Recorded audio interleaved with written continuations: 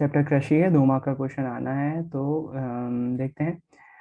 अध्याय समीक्षा में पॉइंट लिखे रहते हैं कि कौन कौन से चैप्टर आए। भारत में सबसे अधिक फलों और सब्जियों का उत्पादन करता है। रोपण कृषि में लंबे चौड़े भूखंड पर एक ही फसल बोई जाती है। भारत में चाय, कॉफी, रबड़, गन्ना, केला इत्यादि प्रमुख रोपण फसलें हैं। तो ये पहले भी देख चुके हैं अपन। इसके अलावा मतलब चैप्टर में देख चुके हैं। भारत में मुख्य रूप से चावल, गेहूं, मोटे अनाज, चाय, कॉफी, गन्ना, तिलहन, कपास, जूट इत्यादि फसलें उगाई जाती हैं। रबी फसलें अक्टूबर से दिसंबर में बोई जाती हैं और ग्रीष्म ऋतु में काट ली जाती हैं। गेहूं, जौ, मटर, चना, सरसों आदि मुख्य रबी फसलें हैं। खरीफ फसलें देश के विभिन्न 2 नंबर में आ सकते हैं सब क्वेश्चन, पता होना चाहिए जीके के तौर पर। खरीफ अगर नहीं है तो लिख लोगे आप कॉपी रखिए। ये वाले पॉइंट जो हम लिख रहे हैं, देखो अभी तक हम क्या कर रहे थे, अभी तक केवल पढ़ रहे थे। अब उस चीज को लिखने की भी बारी है। ये ऑब्जेक्टिव्स भी हैं आपके, है ना। और 2 मार्क के क्वेश्चन में रबी खरीफ आ सकते हैं, आपको पता होना चाहिए। हालांकि थोड़ा सा स्पीड से कर रहा हूँ मैं काम, तो आप मैं डेली का वीडियो डाल रहा हूँ। आप डेली के वीडियो देख लो, या फिर ये जो मैंने सर्च किया अभी, अपूर्व इंस्टीट्यूट करके आ रहा है, तो वेबसाइट पे डायरेक्ट खोल लोगे लिंक। और चाहोगे तो मैं लिंक भी दे दूंगा, कोई दिक्कत नहीं है, जिसमें तैयारी कर रहे हैं। खरीफ की फसलें तो ये जो है कुछ 2 2 नंबर में, जैसे रवि के पूरे नहीं आएंगे, पूरे मत लिखना। पूरे पॉइंट कब तक लिखते फिरोगे, बहुत ज्यादा परेशानी हो जाएगी। लेकिन कुछ इंपॉर्टेंट इंपॉर्टेंट टर्म है, बहुत सारे इंपॉर्टेंट है। अच्छा, और एक और बात, आज से नया शुरू कर रहे हैं ना ये चीज, हो सकता है कि आपको लगे कि यार नहीं ये तो अच्छा है, तो अपन अगर अच्छा लगता है तो फिर मैं आपको बता दीजिएगा। ये पूरा एक साइड बना देंगे, प्रिंट आउट निकलवा लेंगे। 20 25 रुपए खर्च होंगे अगर, और तो उस पर कोई वो नहीं है, वो नहीं है। लेकिन आप देखो इंपॉर्टेंट चीज मिल रही है अगर लिखी लिखाई में, तो वेबसाइट मोबाइल पे कब तक पढ़ते रहोगे, बहुत अच्छा होगा। तो देखो यहाँ पर रबी के बारे में लिखा हुआ है, खरीफ की फसल के बारे में लिखा हुआ है। खरीफ की ऋतु मुख्य फसलें चावल, मक्का, ज्वार, बाजरा, अरहर, मूंग है। भारत में अधिकांश लोग धान फसल चावल है। भारत चीन के बाद दूसरे सबसे बड़ा उत्पादक है। ज्वार, बाजरा, रागी, मिलेट भारत में उगाए जाने वाले मुख्य मोटे अनाज हैं। भारत विश्व में दालों में उत्पादन श्रेणी में अग्रणी स्थान है। अपन दाल बहुत सबसे ज्यादा दुनिया में पैदा करते हैं। भूमि को जोतने, बोने, फसल उगाने, पशुओं को पालने की कला को कृषि कहते हैं। निर्वाह कृषि, कर्तन दहन प्रणाली, गहन कृषि, रोपण कृषि, शस्यावर्तन, चकबंदी। तो निर्वाह कृषि वही पहली प्रकार की कृषि है। कर्तन और दहन प्रणाली ये स्लैश एंड बर्न है। गहन कृषि जो है दूसरे प्रकार की कृषि कहलाती है। रोपण कृषि वाणिज्यिक कृषि है, वाणिज्यिक कृषि का ही उदाहरण है ये भी। शस्यावर्तन भूमि को उत्पादन क्षमता बढ़ाने के लिए भूमि के किसी टुकड़े पर फसलें बदल बदल कर बोना, शस्यावर्तन कहलाता है। चकबंदी बिखरी हुई कृषि जोतों एवं खेतों को एक साथ मिलाकर आर्थिक रूप से लाभप्रद बनाना, उसको चकबंदी कहेंगे। देखो चकबंदी आया आया भी था चैप्टर में, लेकिन डेफिनेशन नहीं थी। डेफिनेशन यहाँ पर है। बिखरी हुई कृषि जोतों को मतलब जो कृषि के लायक भूमि है, उसको कृषि जोत बोल रहे हैं। तो कृषि जोतों अथवा खेतों को जहाँ कृषि की जा रही है, उन खेतों को एक साथ मिलाकर आर्थिक रूप से लाभप्रद बनाना। हरित क्रांति कृषि के क्षेत्र में अधिक उपज वाले बीजों का प्रयोग, आधुनिक तकनीक, अच्छी खाद, उर्वरकों का प्रयोग करने से कुछ फसलों विशेषकर गेहूं के उत्पादन में क्रांतिकारी वृद्धि को हरित क्रांति कहते हैं। तो हरित क्रांति में मेन फोकस था हमारा गेहूं पर, क्योंकि सबसे ज्यादा आबादी हमारे उत्तर भारत में रह रही थी, और उत्तर भारत की आबादी जो है वो गेहूं से ही पूरी हो रही थी। श्वेत क्रांति दूध के उत्पादन को बोलेंगे, बढ़िया है। फिर उसके बाद जो है ये 1 पॉइंटर है। अच्छा, ये अभ्यास के क्वेश्चन आ गए। तो अभ्यास के तो आप ऑलरेडी लिख चुके होंगे।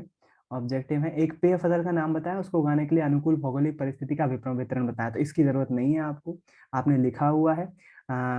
चाय एक मुख्य फसल है। उष्ण और उपोष्ण कटिबंधीय जलवायु चाहिए। जल निकास वाले ढलवाई इलाकों में, और वहां पर जो है नाली भी होना चाहिए, जल निकास होना चाहिए। और मिट्टी में प्रचुर मात्रा में ह्यूमस और जीवांश होना चाहिए। जीवांशा नहीं, जीवांश। जो लिखा रहता है वैसे के वैसे नहीं छाप देना चाहिए, उसका कुछ मीन निकलना चाहिए, रट्टा रटुटा नहीं हुआ। जीवांश होना चाहिए, जीवांश गलत लिखा है। इसकी झांसियों की वृद्धि के लिए साल भर उपोष्ण, इसकी झांसियों की भैया झाड़ियों है वो। झाड़ियों की वृद्धि के लिए साल भर उपोष्ण, पाला रहित और नम वायु की आवश्यकता होती है, इसकी कोमल। फिर उसके बाद भारत की एक खाद्य फसल का नाम बताएं जहां पैदा की जाती है, उन क्षेत्रों का विवरण दें। तो चावल एक प्रमुख खाद्य फसल है। तटीय इलाके, डेल्टाई इलाके, और डेल्टाई है ये, अटा में आ की मात्रा, डेल्टाई प्रदेश, उत्तर और उत्तर पूर्वी मैदान में बोई बोई जाती है। सरकार द्वारा किसानों के हित में किए गए संस्थागत सुधारों के कार्यक्रमों की सूची बनाइए। तो आजादी के पास चकबंदी करवाना।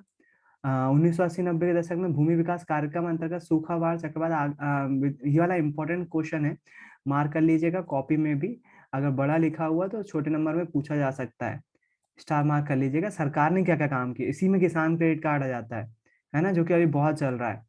और उसके बाद जो है चकबंदी और सहकारिता को बढ़ावा देना, भूमि विकास कार्यक्रम लागू करना, किसानों को कम दरों पर, इधर सरों नहीं दरों पर ऋण मुहैया करवाना। मैंने आपको समझाया इस चीज को कि ऋण मुहैया करवाती है केंद्र सरकार, ताकि किसान जो है साहूकार के चंगल में ना फंसे। तो इंपॉर्टेंट क्वेश्चन हो जाता है, दिन प्रतिदिन कृषि अंतर्गत भूमि कम हो रही। तो देखो ऑब्जेक्टिव ही थे, ये तो आपने लिखा ही हुआ है, आपके पास लिखा हुआ भी। दिन प्रतिदिन कृषि भूमि अंतर्गत भूमि कम हो रही है, क्या इसके परिणामों की कल्पना कर सकते हैं? तो निम्न होने भूमि अगर कम हो रही है तो उसके निम्न नतीजे होंगे। अनाज उत्पादन में कमी आएगी, कम भूमि पर गहन कृषि के परिणाम स्वरूप उर्वरों का मतलब जो रसायन होंगे उनका अधिक इस्तेमाल होगा। अल्प अथवा छुपी बेरोजगारी बढ़ेगी। अल्प बेरोजगारी या छुपी बेरोजगारी बढ़ेगी मतलब कृषि नॉर्मली अल्प अल्प बेरोजगारी की स्थिति क्या होती है? अल्प बेरोजगारी की स्थिति वो होती है, जैसे मान लीजिए मैं किसान हूँ, खेती करता हूँ। तो किसान हूँ तो मैं अगर मेरे पास एक खेत है तो मैं या तो खरीफ उगाऊंगा या रबी उगाऊंगा, कोई एक क्रॉप उगा पाऊंगा।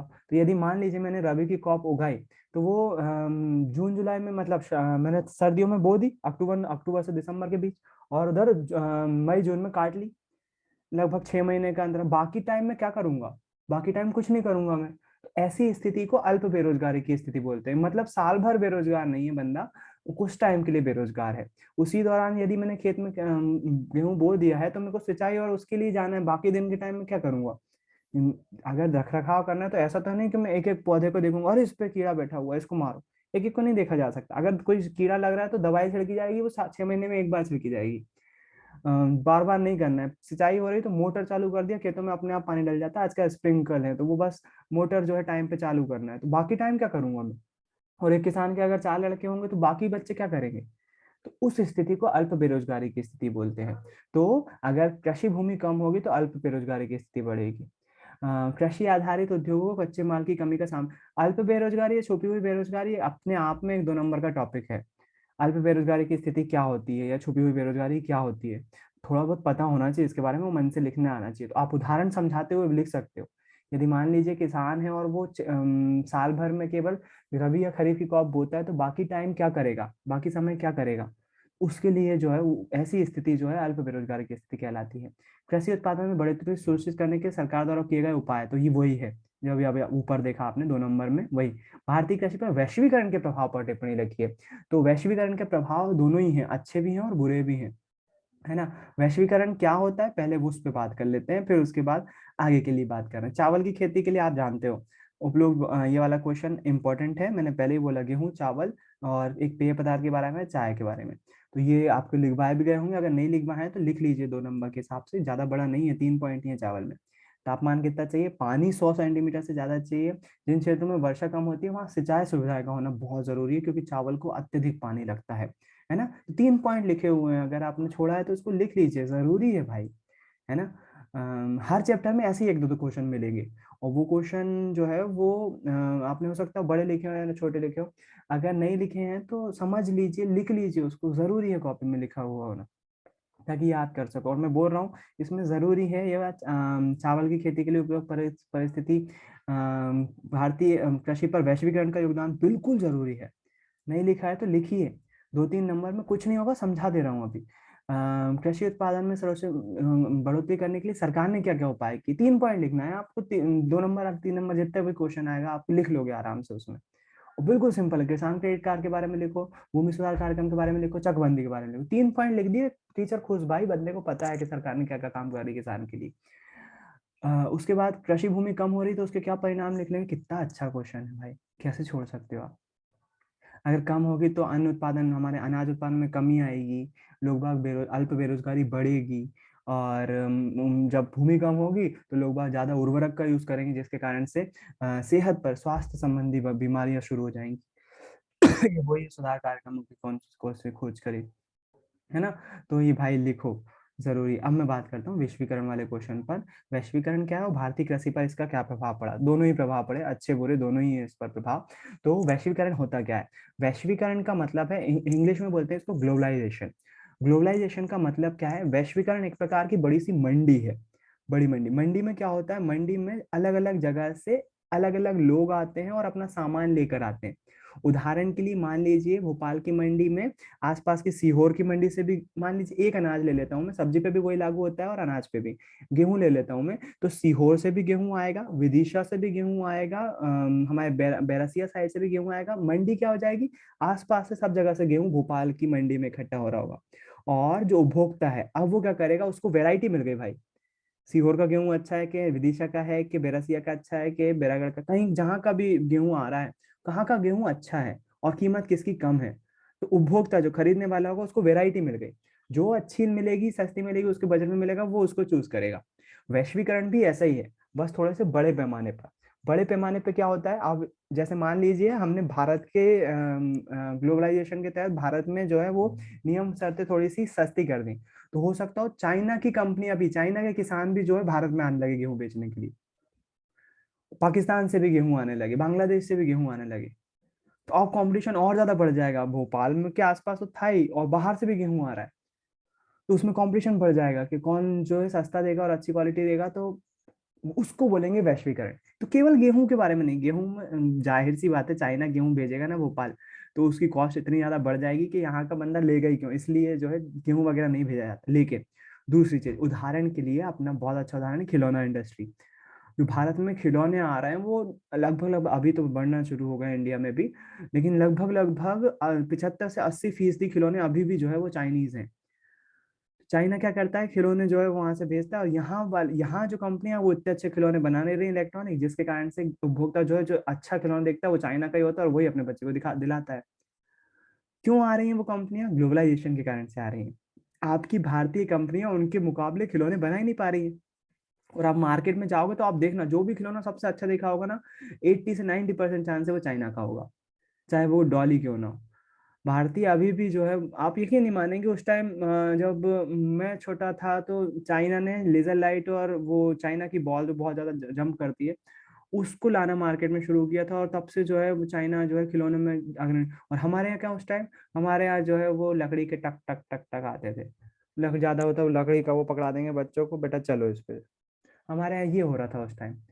तो बहुत हद तक जो है हमारे यहाँ कंपनियों ने बनाना काम शुरू नहीं किया, इसलिए चाइना ने टेक ओवर कर लिया खिलौना इंडस्ट्री पे। अभी 70 से 80% चाइना का अधिकार है, चाइना ने कम वो करके रखा है। उसी प्रकार से अगर हम चिप टेक्नोलॉजी पे बात करें, तो भारत में चिप बनी नहीं रही थी, अब बनना शुरू हुई है कुछ सालों पहले। तो चिप जो है, चिप आपकी घड़ी में चिप है, कंप्यूटर में चिप है, टीवी में चिप है, सब जगह तो चिप है आजकल, जिसको हम चिप मतलब बोले तो आईसी, इंटीग्रेटेड सर्किट।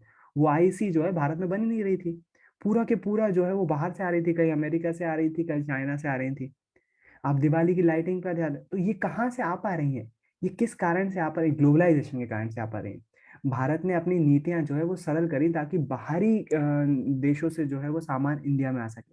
और केवल भारत ने नहीं करा, पूरी दुनिया ने करा ऐसा, क्योंकि देश को फायदा होता है इससे, देश का लिविंग ऑफ स्टैंडर्ड। क्योंकि देखो, अगर चाइना जो है वो खिलौने भेजता ही नहीं, तो भारत में लोगों को पता भी नहीं चलता कि ऐसी भी कोई चीज होती है।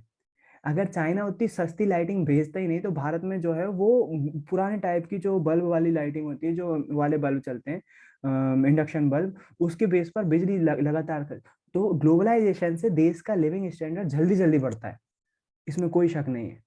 हम जो है वो बोर्ड चाइना से मंगवा कर जो है वो आगे बढ़ रहे हैं बहुत जबरदस्त तरीके से। जो है वो जिस गांव में जो है वो मान लीजिए अगर खाने के लिए अगर वहाँ चाउमीन बनने लगी है, चाउमीन बाहर से आकर बनने लगी है, और लोग बाग अपने घर का यूज करके गांव में पिज्जा बनाने लगे हैं यदि, तो ये ग्लोबलाइजेशन का ही असर है। आप देखो अपने आसपास की दुकान पे जाओ तो चाउमीन के पैकेट बिकने लगे हैं, सोया सॉस जो है, विनेगर जो है वो आने लगा है। कैसे हो पा रहा है इसी का, अगर हमने ये सोचा होता कि नहीं हम ग्लोबलाइजेशन नहीं करते, वैश्वीकरण नहीं करते, हमको बाहर से नहीं चाहिए, हमको देश के सामान चाहिए, हम पीछे रह जाते, कहीं ना कहीं हम बहुत हद तक पीछे रह जाते। तो ग्लोबलाइजेशन जरूरी है, पूरी दुनिया मानती है इस बात को, बहुत कम लोग इसका विरोध करेंगे। हाँ, उसमें ये जरूरी है कि ग्लोबलाइजेशन एक लिमिटेड तक हो, ताकि हमारे लोगों का नुकसान ना हो। तो कृषकों के साथ क्या हुआ, दोनों ही बातें हुई, अच्छी और बुरी दोनों ही बातें हुई। कृषकों के साथ वैश्वीकरण का क्या प्रभाव पड़ा, पहले अच्छी बातों पे बात करते हैं। तो दूसरी जो कृषक की टेक्नोलॉजी आई वैश्वीकरण के कारण से, उन्होंने देखा कि भाई जो मान लीजिए उदाहरण के लिए गेहूं की एक ऐसी फसल भी है जो ठंडे इलाकों में उग रही है, मतलब उस पर गर्म ज्यादा ठंडे का कोई असर नहीं पड़ रहा है। नॉर्मली ज्यादा ठंडा पड़ता है, पाला पड़ता है तो गेहूं खराब हो जाता है। तो कोई वैज्ञानिक ने सोचा जब दूसरे देश में ऐसी फसल है तो भारत में क्यों नहीं भाई, भारत में भी हो सकती है ना। तो भारत ने उस फिर उसके बाद भारतीय कृषि वैज्ञानिक उस पर काम किया कि भाई ऐसी फसल भी उगाओ जिसको पाले पे भी अगर टेम्परेचर ज्यादा कम हो जाए तो भी वो उग सके। तो वैश्वीकरण से ये फायदा हुआ, हमारी कृषि टेक्नोलॉजी जो है वो जो बीज की टेक्नोलॉजी थी वो आगे बढ़ी। इसके साथ साथ कुछ पेस्टिसाइड आ रहे थे, रासायनिक उर्वरक आ रहे थे, जो कि स्वास्थ्य के लिए तो बुरे थे लेकिन ज्यादा उत्पादन के लिए सही थे वो चीजें हमको बाहर से पता चली। उदाहरण के लिए कृषि की टेक्नोलॉजी, एक टेक्नोलॉजी शायद आप लोगों ने पिछले साल अगर चिल्ड्रंस डे का प्रोग्राम देखा होगा तो एक बच्चे ने कृषि की एक नई टेक्नोलॉजी प्रस्तुत की थी। उसमें जो वो इसराइल की टेक्नोलॉजी है, इसराइल देश का नाम है, वहां से आई थी। और उसमें जो है वहां खेती की जा सकती है जहां पर भूमि नहीं है, मिट्टी नहीं है, मिट्टी नहीं है उसके बाद भी जो है वहां पर खेती की जा सकती है। कैसे? वो पाइप लिया उन्होंने जहां पानी कम है, पीने का पानी कम है, वहां पर भी वो टेक्नोलॉजी, वो पाइप टेक्नोलॉजी जो है वो पाइप ऐसे ऐसे लगा देते हैं और उस पाइपों को कट कर कर उसमें मिट्टी भर देते हैं। कई जगह पर मिट्टी भी नहीं लगाते, पानी पानी पे वो जो है फसलें उगा रहे होते हैं। मिट्टी कम लगती है और वही पानी जो बहता हुआ आ रहा है ना उसी को रिसाइकल करके वापस भेज देते हैं उसमें। तो कम से कम पानी का यूज होता है, अपने भारत में भी वो शुरू हो गई है। तो ग्लोबलाइजेशन का ये कृषकों को ये फायदा होता है। इसी के साथ साथ जैसे मान लीजिए लेस जो है, मान लो उदाहरण के लिए, मुझे एग्जैक्टली पता तो नहीं पेप्सिको की है और कहाँ अमेरिका की है, ब्रिटेन की, जहाँ कभी कहीं कहीं कहीं कंपनी, मान लो उदाहरण के लिए कोई चिप्स बनाने वाली कंपनी और वो अमेरिका की है। और वो जो है मैकडोनल्ड्स ले लेते हैं, मैकडोनल्ड्स जो है वो अमेरिका का, उसको फ्रेंच फ्राइज बनाना है। तो फ्रेंच फ्राइज बनाना है तो आलू की एक बेहतरीन किस्म चाहिए पड़ेगी। नॉर्मल आलू के अगर बना लेंगे तो उसका टेस्ट नहीं मिलेगा, वो क्रिस्पीनेस नहीं आएगी उसमें। एक ऐसा आलू चाहिए जिसमें स्टार्च की बिल्कुल कैलकुलेटेड मात्रा हो, और मैकडोनल्ड्स वही आलू चूज करता है। तो अब होगा क्या, यदि मान लीजिए मैकडोनल्ड्स भारत आता है और देखता है यार यहाँ के इस क्षेत्र में हमको हमारे लेवल का आलू मिल रहा है, तो हम क्यों ना यहाँ से खरीदें। और क्यों खरीदें? क्योंकि यहाँ का किसान सस्ता दे रहा है। अमेरिका का किसान वही चीज जो है वो लागत ज्यादा आ जा रही है, वो महंगा पड़ रहा है हमको। तो बड़ी कंपनियां यहाँ आकर यहाँ से सामान खरीद लेंगी, किसानों को इससे फायदा होता है ना। तो ये फायदे वाली बात होगी कि वैश्वीकरण से जो है किसान का डायरेक्ट आलू बिकेगा, मैकडोनल्ड्स खरीदेगा। और अगर ज्यादा बल्क, वो तो बोलेगा, मैकडोनल्ड्स बोलेगा भाई उसकी एक दिन की खपत टनों से है दुनिया भर में, उसको तो अगर आप एक महीने में टनों का माल बेचोगे तो भी कम है उसके लिए तो। और इस भारतीय किसान का क्या फायदा होगा, टनों से आलू इकट्ठा बिक रहा है, कोई झंझट नहीं है मंडी में बेचने की या फिर किसी दलाल से बात करने की कि हमारा आलू बेच दो, उसको डायरेक्ट पैसा मिल रहा है कंपनी से। तो वैश्वीकरण का ये कृषकों पे अच्छा प्रभाव पड़ा। बुरा प्रभाव भी है कुछ, क्योंकि जो कृषि उत्पाद होते हैं, कृषि उत्पाद जैसे मान लीजिए हमारे यहाँ कृषि उत्पाद के एग्जाम्पल के तौर पर कैसे लूँ, गलत एग्जाम्पल है लेकिन फिर भी ले लेता हूँ। यदि मान लीजिए हम दूध से जो है वो कोई चीज बना रहे हैं, चीज आजकल चीज मार्केट में, खाने इंडस्ट्री जो फूड इंडस्ट्री हमारे की, उसमें चीज उसकी डिमांड बढ़ती जा रही है, भयंकर बढ़ती जा रही है। यदि मान लीजिए हमारे यहाँ भारत में जो गाय या भैंस हो रही है उससे जो है चीज निर्माण किया जा रहा है, अब वो टेस्ट करके देखा और लोगों ने खाया, यार टेस्ट में मजा नहीं आ रहा है। और वही चीज यदि बाहर से आ रहा है और यहाँ पर खा रहे हैं, लोगों को अच्छा लग रहा है, उसका टेस्ट अलग है क्योंकि वहाँ की माहौल अलग है, वहाँ के दूध की जो क्वालिटी है वो अलग है, गुणवत्ता अलग है, उसके कारण से चीज जो बन रहा है उसकी क्वालिटी भी अलग है। तो जब वो चीज जब इंडिया में आती है तो अपना किसान जो दूध उत्पादन कर रहा है उसकी डिमांड कम हो जाती है, इस चीज की डिमांड बढ़ जाती है। मैंने एक एग्जांपल लिया केवल चीज का। तो वैश्वीकरण से यहाँ के किसान को नुकसान भी हो सकता है। केवल उसका एग्जांपल नहीं ले सकते अपन, दूसरी चीजों का भी एग्जांपल ले सकते हैं। उदाहरण के लिए हमारे यहाँ कई हद तक आलू और प्याज कई बार जो है वो इम्पोर्ट करवाना पड़ता है, बाहर से मंगवाना पड़ता है, क्योंकि प्याज की कीमतें आप देखोगे इस अभी अभी तो फिर भी लिमिट में आ गई, बारिश के टाइम जो है बहुत ज्यादा बढ़ जाती है, गर्मी में कम रहती है, बारिश के टाइम प्याज की कीमतें बहुत ज्यादा बढ़ जाती है क्योंकि सड़ने लगता है प्याज, इतना अच्छा नहीं हो पाता। तो हमें जो है वो दूसरे देशों से मंगवाना पड़ता है। उसके कारण से क्या होगा, भारत में जो किसान उगा रहा होगा उसकी प्याज अगर अच्छी भी उग रही होगी ना, तो वो पहले से इस मौसम की मार तो झेल ही रहा है। उसके बाद जो है वो प्याज छोटी हो गई अगर, तो कोई नहीं लेने को तैयार होता। इसके कारण से क्यों, क्योंकि बाहर से इंपोर्ट आ रही, बाहर की प्याज अच्छी है, बाहर की प्याज लेना पसंद करेंगे वो उस टाइम। इसलिए जो है वैश्वीकरण का थोड़ा सा नुकसान भी है किसान को। तो अब देख लेते हैं अपन आंसर में क्या लिखा हुआ है, कृषि कर्क में क्या फायदा है क्या नुकसान है। वैश्वीकरण के प्रभाववश भारत में वाणिज्यिक फसलों के उत्पादन को प्रोत्साहन मिला। तो जैसे कि मैंने बोला, मैकडोनल्ड जैसी कंपनी आएंगी और यहाँ के फ्रेंच फ्राइज के लिए आलू को जो है यहाँ के चूज करेंगे, क्यों? क्योंकि सस्ता है यहाँ पर अमेरिका की तुलना में। वैश्वीकरण के कारण, वैश्वीकरण के प्रभाव के कारण से भारत में वाणिज्यिक फसलों के उत्पादन को प्रोत्साहन मिला है। कृषि क्षेत्र में अलग अलग प्रकार के ढांचागत सुधार, जैसे टेक्निक में बदलाव, बाजार सुविधा, साख विस्तार और वैश्वीकरण के ही परिणाम है। तो ये जो बेसिक इंफ्रास्ट्रक्चर हमने कृषि का डेवलप डेवलप किया है, जैसे आप, मुझे नहीं मालूम आप लोग मैं हर बार ये बहुत बोलने लगा, मुझे नहीं मालूम आप लोग कितने, आप लोग में से कितने लोग ये जानते होंगे, लेकिन एक टेक्नोलॉजी है जिसके तहत जो है हम आजकल कोल्ड स्टोरेज टेक्नोलॉजी बोलते हैं, और उसमें जो है आलू और प्याज वगैरह जो है वो कोल्ड स्टोर किया जाने लगा है। तो आप अगर यूट्यूब पे सर्च करेंगे कोल्ड स्टोरेज, तो भारत में टेक्नोलॉजी आ गई है कोल्ड स्टोरेज की, और बड़े बड़े कोल्ड स्टोरेज जो है वो खुलने लगे हैं। फ्रूट्स और वेजिटेबल के लिए भी रहता है, मैं पोटैटो के लिए देख रहा हूँ, आपको दिखा रहा हूँ, करोड़ों का इन्वेस्टमेंट होता है इसमें, और एक तरह से बड़े से टनों में जो है वो आलू और सब्जियां जो है स्टोर करते हैं। फ्रिज रेफ्रिजरेटर का काम कर रहा है, एक रेफ्रिजरेटर की तरह काम करता है, और बड़ा सा होता है। ये देखो पूरी बिल्डिंग दिख रही है ना, इतना बड़ा ये फ्रिज है। तो ये कोल्ड स्टोरेज टेक्नोलॉजी कहाँ से आई? आप इसके ये वाला वीडियो देखेंगे लल्लन टॉप का, तो इसमें इन्होंने बताया हुआ है कि कहाँ वो मशीन का यंत्र लगा हुआ है। देखो जैसे फ्रिज के पीछे आप इंस्ट्रूमेंट देखते हैं ना लगे हुए, ये देखो ये बैक ऑफिस है इनका, और यहाँ पर ये इंस्ट्रूमेंट दिखाएंगे कि कितने बड़े बड़े इंस्ट्रूमेंट जो है वो काम कर रहे हैं। पीछे ये जो लगा हुआ है पानी का इंस्ट्रूमेंट है, पानी जो है वो,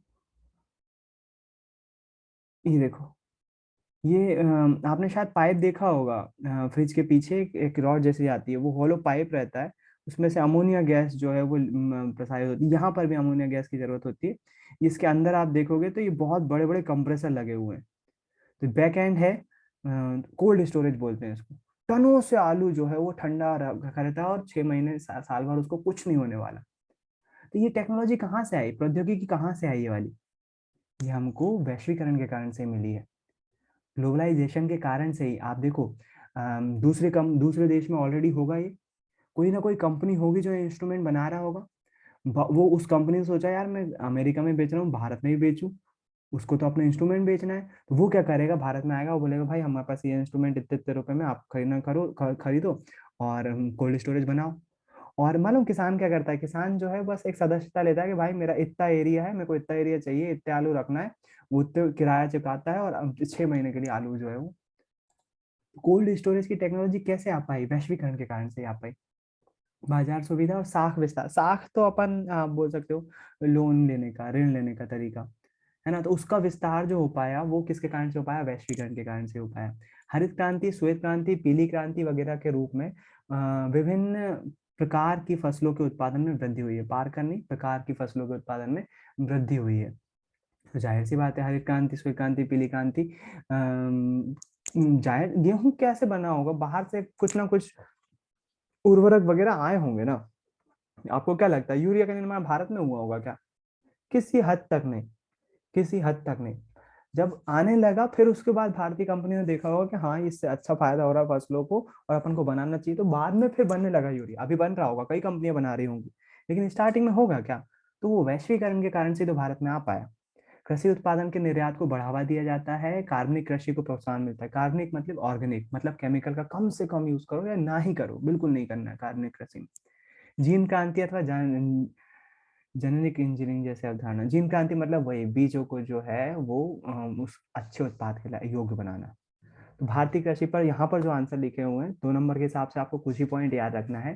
पहला जो है वो वाणिज्यिक कृषि को प्रोत्साहन मिला है। दूसरा जो है वो हरित क्रांति, पीत क्रांति और दूध क्रांति जो है वो किस कारण से संभव, श्वेत क्रांति जो है वो किस कारण से, वैश्वीकरण के कारण से संभव हो पाई है। कोल्ड स्टोरेज जैसी प्रौद्योगिकी जो है वो किस कारण से आ पाई है? वैश्वीकरण के कारण से ही भारत में आ पाई। आप बिल्कुल लिख सकते हो, कोल्ड स्टोरेज जैसी टेक्नोलॉजी जो है वो वैश्वीकरण के कारण से ही भारत में आ पाई है, जिससे किसान को अत्यधिक लाभ हुआ है। वो फलों और सब्जियों को जो है लंबे समय तक फ्रेश बना के उसको स्टोर कर सकते हैं, फ्रेश रूप में ताजा बने रहते हैं, महीनों उसको उसमें रख सकते हैं। तो काय के कारण से हुआ ये सब? वैश्वीकरण के कारण से हुआ। तो उम्मीद है वैश्वीकरण के बारे में अब आप जो है थोड़ा बहुत मन से लिख पाओगे, वैश्वीकरण क्या होता है ना। आगे बढ़ रहे हैं अपन। एक अंक वाले क्वेश्चन, कृषि आधारित दो उद्योगों के नाम लिखिए, सूती वस्त्र, पटसन और रबड़। भारत में शस्य ऋतु कौन सी है, रवि, खरीफ और जायद। शस्य ऋतु मतलब अलग अलग ऋतु। भारत में रोपण फसलों के नाम बताइए, चाय, कॉफी, रबड़, गन्ना। प्रारंभिक जीविका निर्वाह कृषि क्या होती है, यह भूमि मालूम है आपको। भारत में किस किस्म की कॉफी उगाई जाती है, तो अरेबिका किस्म की। ऑब्जेक्टिव है, आना नहीं है ऑब्जेक्टिव। चाय प्रकार किस प्रकार की फसल है, रोपण फसल। मक्का किस प्रकार की फसल है, तो मक्का एक ऐसी फसल है, रबी की फसल है। दालों के उत्पादन में विश्व के भारत में स्थान कौन सा है, दालों का सबसे बड़ा उत्पादक और उपभोक्ता है, हम ही उगाते हैं सबसे ज्यादा और हम ही खाते हैं दुनिया भर में। बाजार किस प्रकार की मिट्टी पर होता है, बाजरा किस प्रकार, सॉरी, बाजरा किस प्रकार की मिट्टी पर होता है, तो बलुआ और उथली काली मिट्टी पर होता है। दो मोटे अनाजों के नाम, अखाद्य फसल, रबड़। अखाद्य मतलब जिसको खाया ना जा सके। रबड़ हो गई, जूट हो गया, ये अखाद्य फसल है। स्वतंत्रता के बाद किए गए दो संस्थागत सुधार, चकबंदी और जमींदारी को समाप्त करना है। आप कृषि किसान क्रेडिट कार्ड भी लिख सकते हो। कार्बनिक कृषि क्या है, जिसमें उर्वरक को इस्तेमाल नहीं करते हैं, पूरी तरह से जैविक खेती की जाती है, उसे हम कार्बनिक कृषि कहते हैं। भूदान, ग्रामदान, सत्याग्रह किसके द्वारा हम किया गया, विनोबा भावे के द्वारा। 3 अंक वाले क्वेश्चन, सरकार द्वारा किसान हित में कौन कौन से कार्य किए गए, आपको पता है। भारत में शस्य ऋतु का व्याख्या कीजिए, रबी, खरीफ और जायद फसल के बारे में लिखना है। कब बोई जाती है, कौन सी फसल है। कृषि के प्रकार बताइए, मैंने बताया आपको, निर्वाह कृषि, गहन जीविका कृषि और वाणिज्यिक कृषि 3 प्रकार की होती है। रोपण कृषि जो है वो वाणिज्यिक कृषि के अंतर्गत आती है। रोपण कृषि की विशेषताएं बताइए। कृषि व्यापक क्षेत्रों में, ये वाले क्वेश्चंस की बोल रहा था मैं, वो तो आपके पास लिखे हुए हैं, ऑब्जेक्टिव चैप्टर से आना नहीं है। ये क्वेश्चन, रोपण कृषि की विशेषताएं बताइए। दालों का हमारी देश की अर्थव्यवस्था में क्या महत्व है। मक्के के उत्पादन वृद्धि के 3 कारण बताइए। बस ये 3 क्वेश्चन है, तो आप इस चैप्टर के लिख लो, जिनके ज्यादा होंगे अपन प्रिंट आउट निकाल लेंगे, है ना। तो ये अच्छे क्वेश्चन है, एक्स्ट्रा है, चांसेस कम है आने के, मैं बिल्कुल नहीं बोल रहा हूँ कि आएंगे ही, लेकिन फिर भी अच्छे हैं ना। मक्के के उत्पादन वृद्धि के कोई 3 कारण लिखिए कि कैसे मक्के में उत्पादन में वृद्धि हुई है। दालों का हमारी अर्थव्यवस्था में क्या योगदान है। रोपण कृषि के विषय, ये तो अच्छा क्वेश्चन है, रोपण कृषि की विशेषताओं का वर्णन कीजिए। तो ये आपको पता होना चाहिए, हालांकि मैंने समझा दिया। कृषि के प्रकार बताइए, चैप्टर में नहीं है, मतलब चैप्टर में है, अभ्यास में नहीं है, लेकिन इंपॉर्टेंट क्वेश्चन है। कृषि के प्रकार आपको पता होना चाहिए। तो मैं बस सोशल साइंस में आज यहीं पर रोक रहा हूँ। आधे घंटे की क्लास थी, कृषि वाला चैप्टर मुझे नहीं लगता इसमें किसी को डाउट है। आपको काम दे रहा हूँ सोशल साइंस का, ये क्वेश्चन कृषि के प्रकार कॉपी में होना चाहिए, रोपण कृषि की विशेषताएं कॉपी में होना चाहिए, दालों की अर्थव्यवस्था में क्या महत्व है कॉपी में होना चाहिए। इसके बाद वो वाला नीचे वाला नहीं, सरकार द्वारा किसान के हित में किए गए कार्यक्रम कौन कौन से कॉपी में होना चाहिए। ये आपके लिए है भाई, ये मेरे लिए नहीं है, आपके अच्छे उसके लिए है, मेहनत के लिए, है ना। कि हमको पता होना चाहिए वैश्वीकरण के प्रभाव क्या है, वो आपके कॉपी पे जो है वो होना चाहिए। वैश्वीकरण के क्या प्रभाव पड़ते हैं, पूरी तरह से आपके लिए है वो, आपकी अच्छी पढ़ाई के लिए है। तो यदि आप इसको कॉपी में, ये वाले तो लिखे ही होंगे, वो 2 क्वेश्चन, 2-3 क्वेश्चन जो है एक्स्ट्रा है, अगर वो लिख लेते हो तो आप एक्स्ट्रा टाइम एक्स्ट्रा कवर कर रहे होंगे इस पोर्शन से। अभी का वीडियो मैं यहीं रोक रहा हूँ, इसके बाद का वीडियो जो है वो इंग्लिश के लिए होने वाला है। तो एक बार फिर से ज्वाइन करो, अगर समझ में आ रहा है तो एक बार फिर से ज्वाइन करो फटाफट।